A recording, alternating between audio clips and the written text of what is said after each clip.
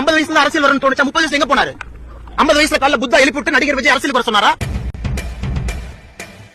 நம்ம தாவேகா தலைவர் விஜய் அளவுக்கு எந்த ஒரு நடிகரும் நல்லது பண்ணது கிடையாது அப்படிங்கிற அளவுக்கு அவர் நிறைய நல்ல விஷயங்களை பண்ணியிருக்காரு. இந்த வீடியோவை நான் ஆதாரங்களோட ரெடி பண்றதுக்கு எனக்கே 2 நாள் டைம் எடுத்திருக்கு. நம்ம அண்ணாமலை கேட்டிருந்த மாதிரியே நம்ம டிவிகே தலைவர் விஜய் அவரோட 30 வயசுல என்ன பண்ணிட்டு இருந்தாரு அப்படிங்கறத சும்மா ஏனோ தானோன்னு பேசாம ஆதாரத்தோட இந்த வீடியோல பாத்துருவோமா?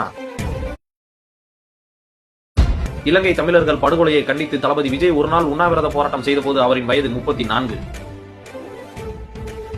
தமிழக மீனவர்கள் இலங்கை கடற்படையால் சுட்டுக் கொள்வதை கண்டித்து தளபதி விஜய் நாகையில் ஆர்ப்பாட்டம் நடத்திய போது அவரின் வயது 36.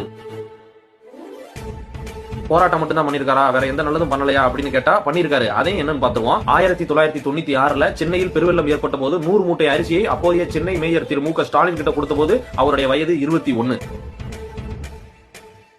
1998 சென்னையில் மழையால் பாதிக்கப்பட்ட குடிசை பகுதி மக்களுக்கு தேவையான அரிசி மூட்டைகளை அவரே நேரில் போய் கொடுத்த போது அவருடைய வயது 23.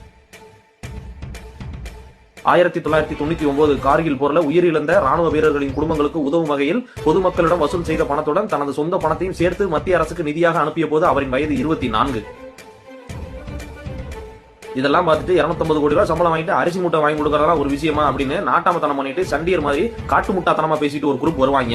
அவங்களுக்கு ஒரு பதில் என்ன அப்படின்னா 250 கோடி ரூபாய் சம்பளம் வாங்குறதுங்கிறது இப்பதான் 1998 எவனும் 250 கோடி ரூபாய் தூக்கி கொடுக்கல.